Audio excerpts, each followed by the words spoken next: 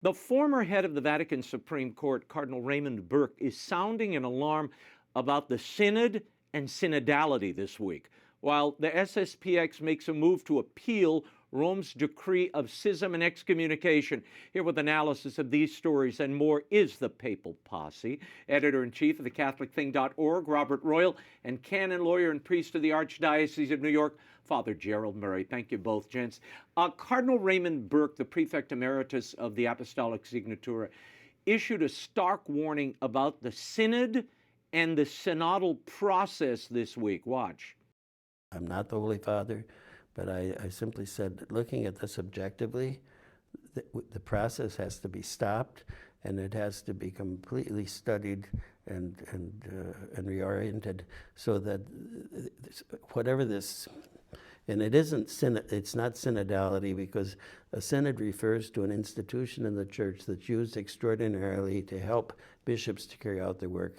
It's something else that they're going after, but whatever it is, it has to be completely faithful to what the church teaches and to the holiness of the church's life. Now, he says the recent consistory is run on a synodal model, small tables and preset questions, and that dissenting views from cardinals simply never reach the Pope. Bob, how grave is Cardinal Burke's warning? Well, I think it's absolutely essential to pay attention to it, because after all these years, I think it's been 7 years. I think the synodality appeared in 2018 at the end of the Synod on Youth. Yeah. I mean, I was there, and it just came out of nowhere. No one, it hadn't been discussed. We didn't know that was a topic for that particular synod. And, you know, we keep hearing different things about what the synod is. It's a style. It's a paradigm shift. You know, it's a mode of walking together. And so, we're going to get to many descriptions in a moment. Yeah, I mean, we need some concrete questions answered. I happen to be looking into the history of Pope Benedict's allowing of the Latin Mass. And he allowed it after a synod. He had a synod with the cardinals in 2006. 2007, he published Summorum Pontificum, which allowed a broader permission of celebrating the Latin Mass. And that's the way that we understood synods in the past. What has happened in the meantime? I mean, we hear it's opening up discussion. There's nothing wrong with discussion among leaders of the church. But it also seems to have all these other goals in mind, and this method of going about things that haven't produced any fruit. I mean, what has happened in the last 7 or 8 years in the church that justifies the expense of time, of money, of getting together, and the controversies that have existed?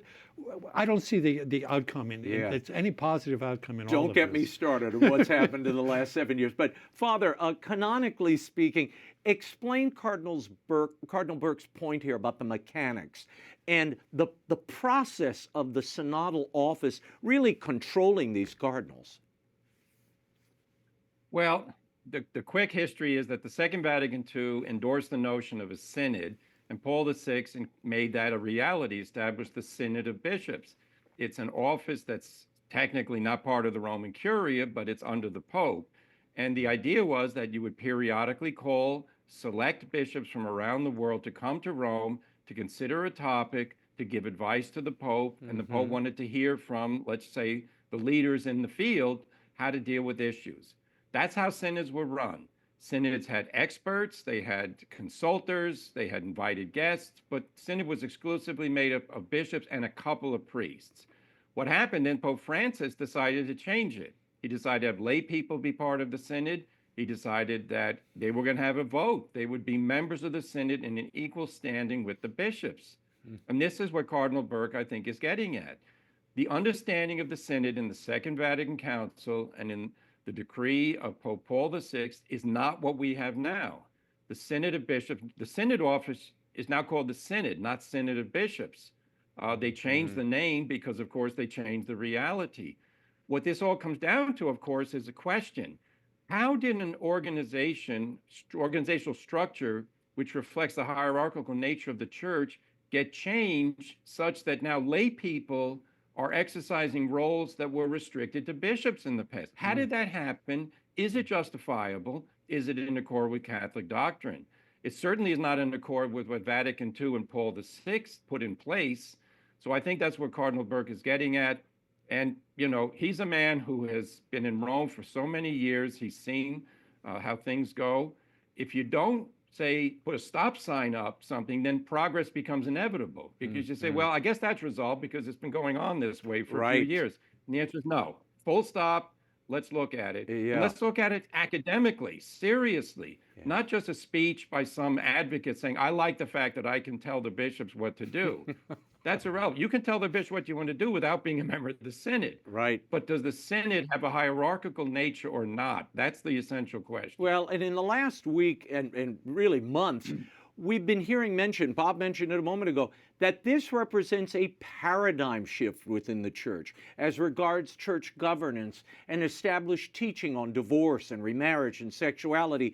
Burke weighed in on all of this as well. Watch. There is this whole discourse about change of paradigm. They keep invoking that there's been a paradigm shift. Well, the church doesn't have paradigm shifts. The church is one holy Catholic and apostolic. It's always been that and will always continue to be that. I'm confident our Lord will protect the church. But we have to do our part to say, no, this concept of synodality, well, it may have a good motive in the sense of wanting to address the faith of the contemporary time. It's fundamentally flawed because then this diachronic part is missing, the historical part. Bob, your thoughts, and then Father, I'll go to you. Yeah, I look, the very term paradigm is very strange, isn't it? I mean, is paradigm a term from Catholic tradition? Is it a scriptural term? No. I mean, it seems to be a kind of a modern, I mean, maybe even a postmodern way of talking about some kind of structure that by its very nature can be changed, because a paradigm is put together presumably by a group of human beings, and then it can be changed in a different way. I mean, there are paradigm shifts. I mean, and the one that is often spoken about in intellectual terms is the scientific revolution. That, you know, some of the same things, the sun still comes up in the east, but we know differently now than we knew 1,000 years ago about, you know, about astronomy. Reasons.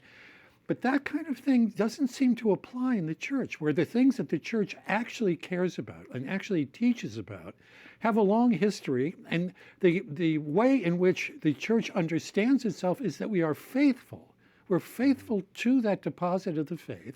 It gets applied in every age, but it does not depart from, if we want to use the term, the Catholic paradigm. I just don't see that this is a fruitful way to approach it. And I want to say again, what have we seen in the last 7 or 8 years? What has been the upshot of all this? It's a disaster. Father, your reaction to what Cardinal Burke was saying there, and talk a little bit about the ever-changing nature of what this synod is, and the multiple ways in which it's been described. It's so unfixed, but isn't that part of the conceit, that we only will figure out what it is when we realize it? Yes, the life of the church, the doctrine, the discipline is not a paradigm. It is a system that is based on the dogma of the faith, as Bob said, the deposit of faith. It develops organically over time. You know, people say, what exactly is Catholicism? Well, Catholicism is a set of teachings that Jesus Christ entrusted to the apostles along with the sacramental system so that they could propagate the faith. And over time, that developed organically. And that's how we have, you know, the Catholic Church spread throughout the world. But the same thing we had at Jesus's time, which is the apostles and their successors, the bishops, that's what we have now. We had St. Peter, we have his successors. Paradigm really is a scientific term, and it's sort of like, another word would be model. In other words, an externally arrived at explanation of a conglomerate of factors or a phenomenon. And how do we explain what it is? And you can have a paradigm shift because it's only a guess. So scientifically, you guess, well, that's why it happens. Then you get new facts, it happens in a different way. We don't have paradigm shifts in the church because the doctrine doesn't change. Yeah. And I'll just throw this in. This is a very modern conceit, which is to use analogies from science to try to explain the realities of the Catholic world. And what they'll say is, well, science has more credibility. So if we don't match scientific criteria, then we have to update. No, it's the other way around. Yeah. Science is a development of human rationality, which is fostered in the Catholic tradition. We don't believe in magic. We don't believe in things like that. So what does the Catholic Church say? go out, explore, try to understand, but know that revelation and natural law were given by God to explain things. So we don't do paradigm shifts, we do organic development and growth, and that's incremental. Of course, it goes over time. Our knowledge increases. So we're not, anti-knowledge, but we are anti-revolution in the sense of saying what happened yesterday no longer applies. We don't believe that. Well, this is clearly the overturning in some ways, Bob, of we are disrupting dogma and turning this process into its own ever-evolving dogma. That's how it seems, at least from the outside. Yeah. Well, I mean, look, again, I want to say the most credible part of this kind of synodality is to talk with one another. I mean, the Pope has talked about in the past. Accompaniment. Yeah, he's talked about in the past, when he immediately after he became Pope, that he wanted the different dicasteries to talk more with one another. They seem to be isolated. And that kind of institutional adjustment, I wouldn't call it a paradigm change, but the adjustment of the church being able to speak more clearly with one voice because everybody is on the same page, you're consulting with different people. No one could possibly be against that understanding of synodality. Now, as Father often emphasizes, there's also the hierarchical element in this.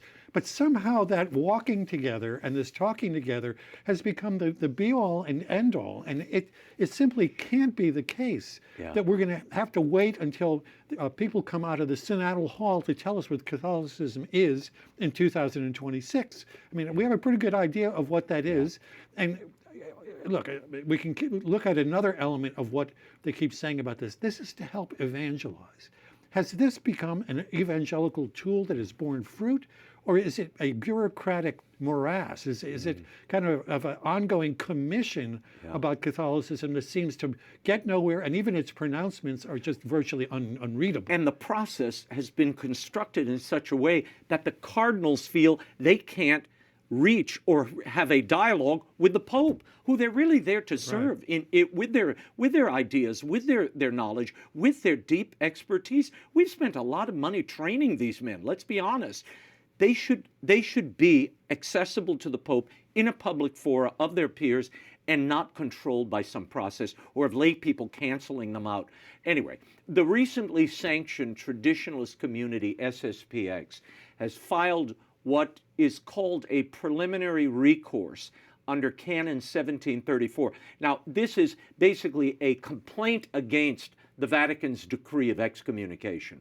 By their account and Rome's own code, that filing suspends the decree pending review. Father, what does that preliminary recourse mean? What does it actually do? And are these bishops, these SSPX bishops, are they excommunicated or not today?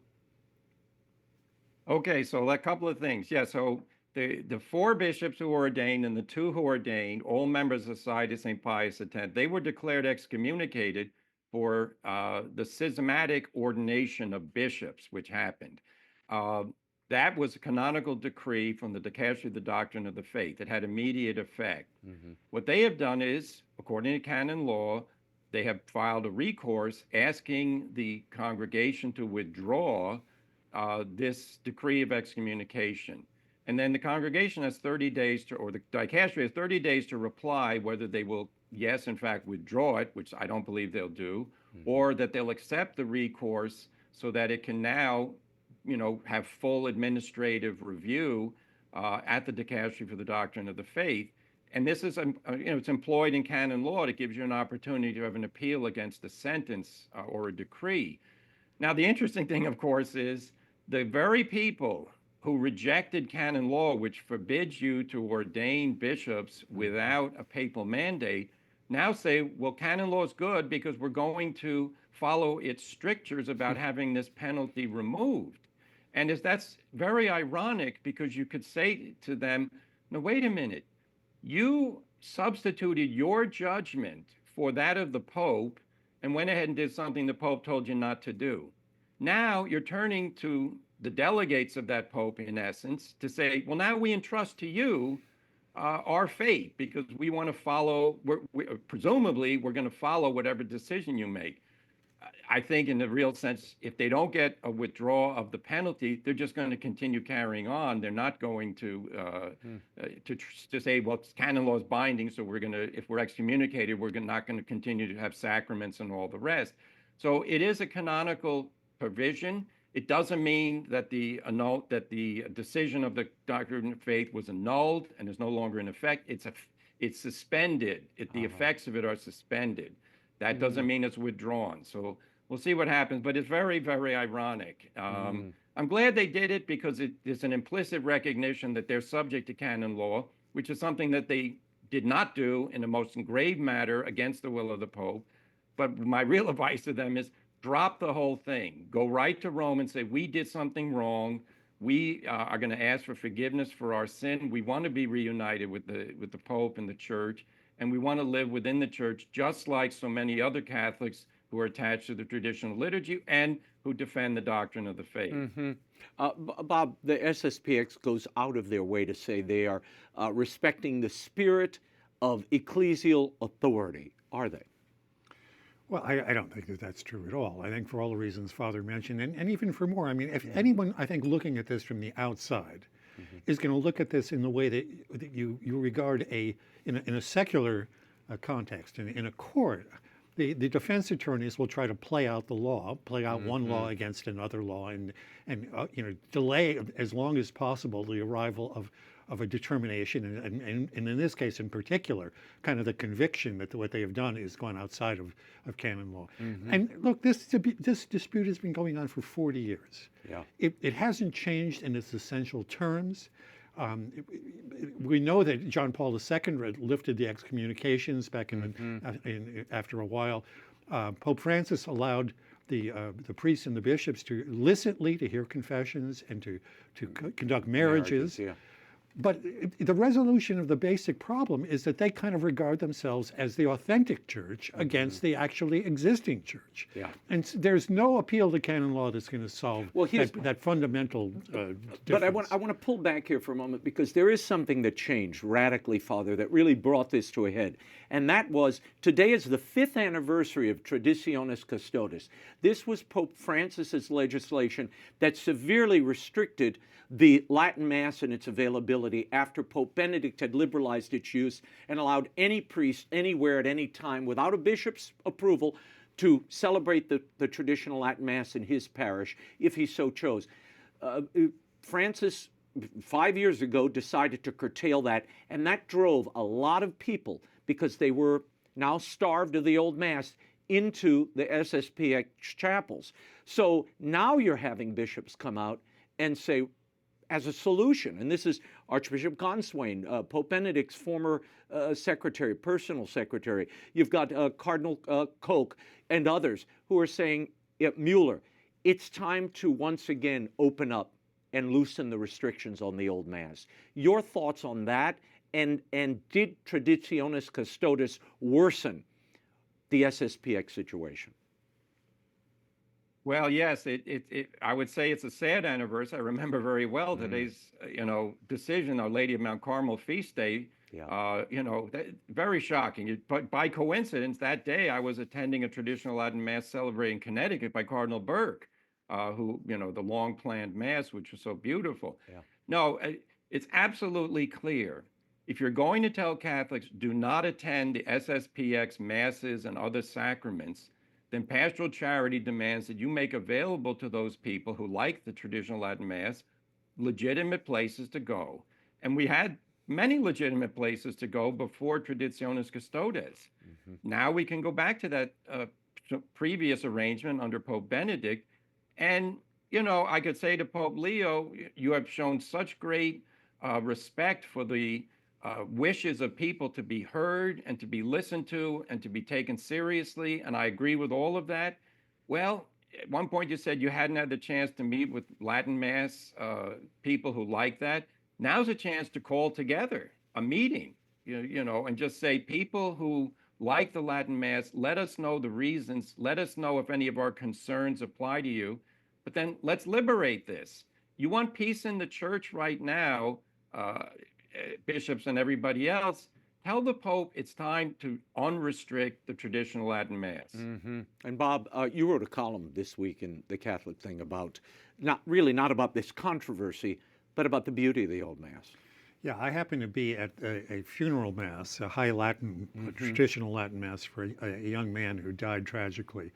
And it was remarkable. Both of the bishops, there's a retired bishop and the currently sitting bishop in my diocese, and several dozen priests were there. It was not a matter of any kind of controversy over the form of the Mass.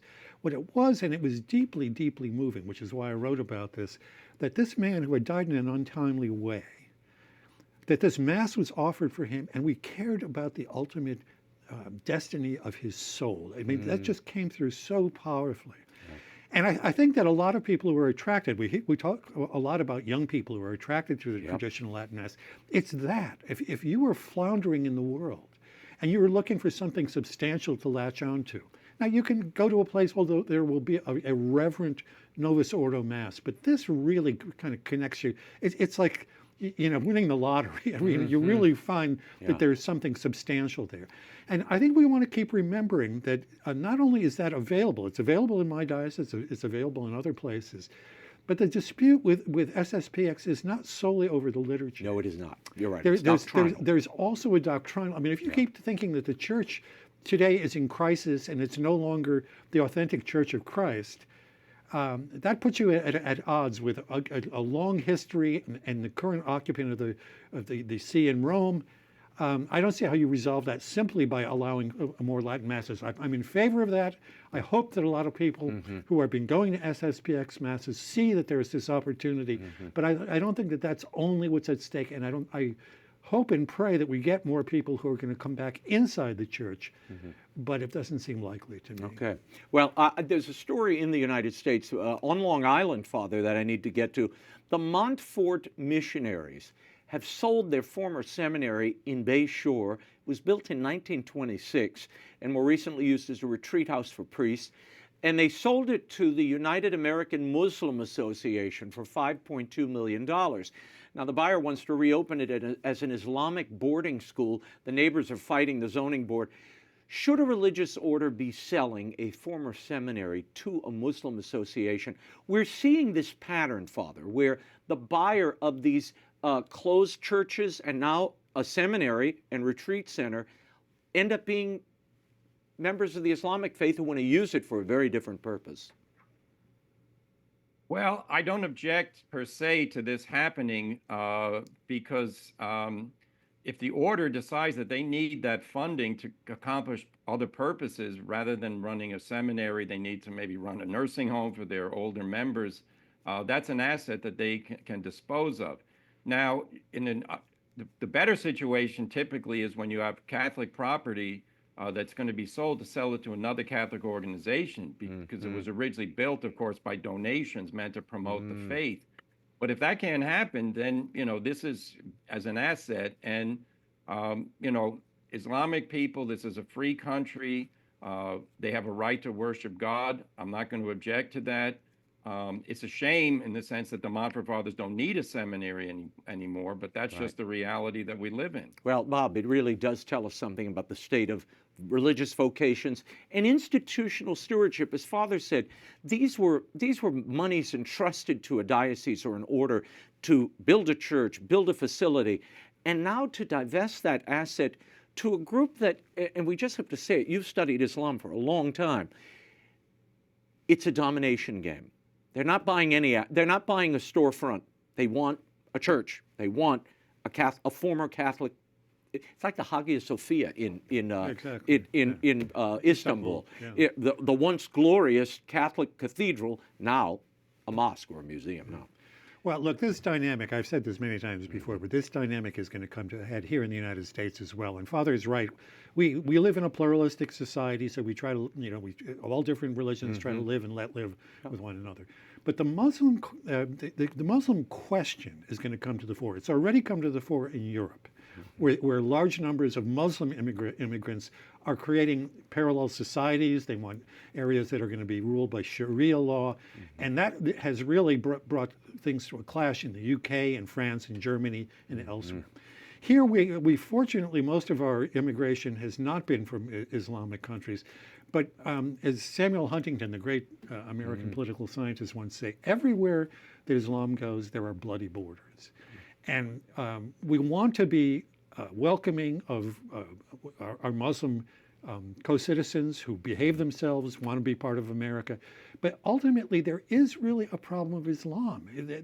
They consider themselves, their own writings point to dominating Jews and Christians. And we know that there's a lot of money coming out of Saudi Arabia and elsewhere in the Middle East where oil money is suddenly booming, and those areas are booming economically. It's being used in Europe to build mosques. It's being used here to buy properties. We can hope that at least in this country, this will be a peaceful process. But I think you're right to point to the fact that domination is part and parcel of the ultimate goal of Islam. That there is the world of peace inside of Islam, and then there is the world of war that needs to be dominated by Islam. Yeah. Well, we shall leave it there, but be sure to check out the Prayerful Posse episode on Arroyo Grande this week. We go in-depth on a couple of other stories we couldn't get to and more of this. Robert Royal, Father Gerald Murray, thank you both for being here.